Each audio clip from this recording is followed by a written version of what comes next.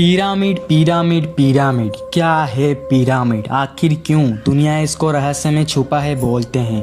क्या है इसका हकीकत? क्या है इसके अंदर के सच्चाई? क्यों इजिप्ट इस नाम पर इतना फेमस है? क्यों इसको देखने के लिए और इसके हकीकत को जानने के लिए लोग इतना बेताब होते हैं? पिरामिड, मम्मीज, ताबूत, आखिर इनके बीच रिलेशन क्या है? क्यों इजिप्ट के गवर्नर इसके हकीकत और इसके ऊपर रिसर्च करने पर रोक लगाए हुए हैं? क्यों इतने सारे मूवीज़ पिरामिड और मम्मी के बारे में बनाए हुए हैं? आज मैं इस वीडियो में सब कुछ खुलासा करके रख दूंगा पिरामिड और इजिप्ट के रहस्य को और हकीकत को आपके सामने। चलिए शुरू से शुरू करते हैं पिरामिड के इस हकीकत को। आज से 4000 साल पहले भारत के जैसा मिस्र में भी राजा यानी कि सम्राटों का भी शासन होता था। उन सब राजाओं का मानना ये था कि उनका पुनर्जन्म हो सकता है, इसलिए उनके समय पर जो सम्राट मर जाते थे तो उनको शवों को दफना कर सुरक्षित रखा जाता था। के शवों के साथ खाद्यान्न, वस्त्र, गहने, वाद्य यंत्र, हथियार, जानवर एवं कभी कभी तो सेवक और सेविका को भी दफना दिया जाता था। जो राजा दफन होते थे तो उनको पहले नहलाया जाता था।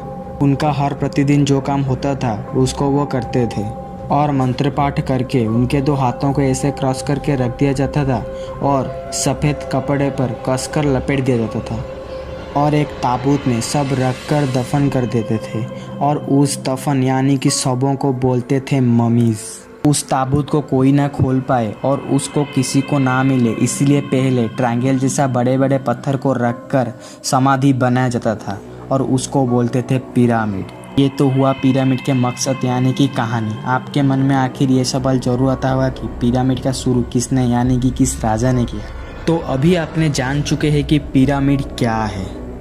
जियोलॉजिस्ट और आर्कियोलॉजिस्ट का कहना यह है कि ये पहले जोसर नामक एक राजा ने किया था और ये राजा ने जीते जी अपने पिरामिड बनाने का इच्छा प्रकाश किया था। उसके बाद ये राजा ने 6 लेयर बनाया था पत्थर के पत्थर ऊपर रखकर, और उसके बाद इसके शरीर के साथ रखे गए चीज़ों को सुरक्षित रख सके और ऐसे हुआ था पिरामिड का शुरुआत। उसके बाद आया स्नेफेरू और वो भी एक पिरामिड बनाया था, पर उसको वो अच्छा नहीं लगा तो वो दूसरे पिरामिड बनाने के लिए सोचा। उस समय पिरामिड बनाने का कोई ज्ञान ना था, इसलिए उसके दूसरा पिरामिड सही ढंग से नहीं हो पाया था, इसलिए वो एक तरकीब सोचने पर वो सॉफ्ट लैंड के ऊपर बनाया तो उसके कारण उसको स्ट्रॉन्ग बेस नहीं मिला और वो देखने में भी अच्छा नहीं लगता था, तो वो फिर से हार ना मानकर तीसरी पिरामिड की शुरुआत किया और वो सॉलिड फाउंडेशन के सहारे पिरामिड बनाने का सोचा। अभी तक सारे इजिप्टियंस जान गए थे कि अगर दीवार बहुत ऊंची होगी तो उसका स्ट्रेंथ कमज़ोर हो चला जाएगा, तो इसलिए वो पिरामिड को एक सीढ़ी जैसा बनाने लगे, यानी कि एक दीवार के साथ जोड़ने लगे और एक झुकान के साथ उसको सेट करने लगे। और वो ठान लिया था कि जब तक सही पिरामिड उसको नहीं मिलेगा तो उसके ऊपर वो काम करता ही रहेगा। और उसके बाद आया उसका बेटा खुफू, तो वो ब्लूप्रिंट के साथ पिरामिड को तैयार किया जो हम सब के सामने है, जिसे आज दुनिया पिरामिड ऑफ गिजा नाम से जानता है। और इस कहानी को कोई लोग सच मानते हैं और कोई लोग मिथ। कई लोगों का दावा यह है कि इस पिरामिड को एलियन ने ही बनाए हैं, क्योंकि पिरामिड में जो यूज हुए लाइमस्टोन यानी कि विशालकाय पत्थर वो 80 टन से भी ज़्यादा है, यानी कि 10 हाथियों से भी वेट से ज़्यादा है। और उनका कहना यह था कि उस पर कोई पहिए यानी कि व्हील का आविष्कार नहीं हुआ था और इतने वजनी पत्थर आज के एडवांस टेक्निक होने के बावजूद भी बहुत मुश्किल होता है उधर करने के लिए।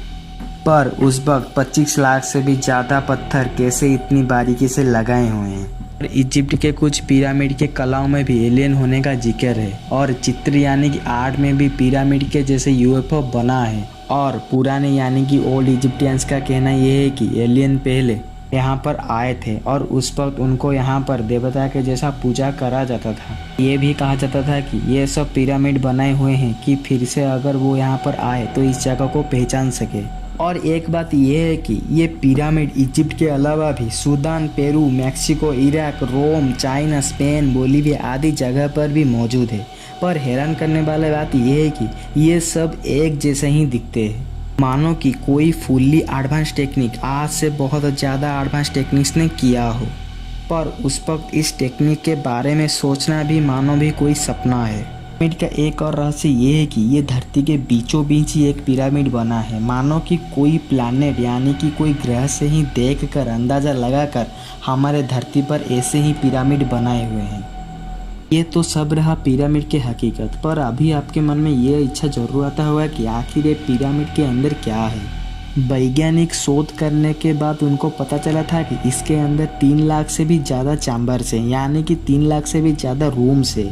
पर इजिप्ट के गवर्नर यानी कि सरकार इसको रिसर्च करने पर रोक लगाए हुए हैं, क्योंकि रिसर्च करते करते अगर इस पुराने अमानत को अगर नुकसान पहुंचे, इसलिए रोक लगाए हुए हैं। और उस वक्त जो रिसर्च हुआ था उस इंफॉर्मेशन के हिसाब से पिरामिड के अंदर 20 डिग्री सेल्सियस से भी कम टेम्परेचर है, जबकि इजिप्ट में रेगिस्तान होने के बावजूद 50 डिग्री सेल्सियस भी अधिक तापमात्रा होता है। पर ये एक क्वेश्चन लगता है कि आखिर कैसे ये होता है। पिरामिड के उस 3 लाख चैम्बर को जानने के लिए इतनी छोटा रास्ता है कि एक इंसान अपने घुटने के बल ही जा सकता है। फिर से एक क्वेश्चन मार्क होता है कि इतनी छोटा रास्ता होने के बावजूद इतनी बड़े बड़ी पत्थर को लेकर कैसे ये सब चैम्बर बनाए हुए हैं। हैरान कर देने वाली बात यह है कि पिरामिड ऐसे टेक्निक से बना है, अगर अर्थक्वेक होगा भी वो उसको भी ऑब्जर्व कर दे सकता है। दुनिया भर में जो पिरामिड बना है उस सबसे बड़ा पिरामिड मैक्सिको में है। ये बात मैं मेरी पिछली फैक्ट सीरीज में आपको बता चुका हूँ। कई लोगों का दावा ये है कि ये पिरामिड जो अलग अलग जगह पर है ये एक टेलीपोर्ट के जैसा काम करता है, यानी कि अगर कोई पिरामिड के अंदर जाएगा तो वो और एक पिरामिड के अंदर से बाहर निकलेगा, और ये बात का भी कोई प्रूफ नहीं है आज तक। फिर सवाल आता है कि आखिर लोग क्यों ऐसे दावा करते हैं। पिरामिड के अंदर कुल 3 दरवाजे हैं और वो एक दरवाज़ा 20 टन तक भारी होता है। आश्चर्य करने वाली बात यह है कि उस दरवाजे को अगर कोई छोटा सा धक्का देगा वो इजीली खुल जाएगा, इतनी वजनी होने के बावजूद भी।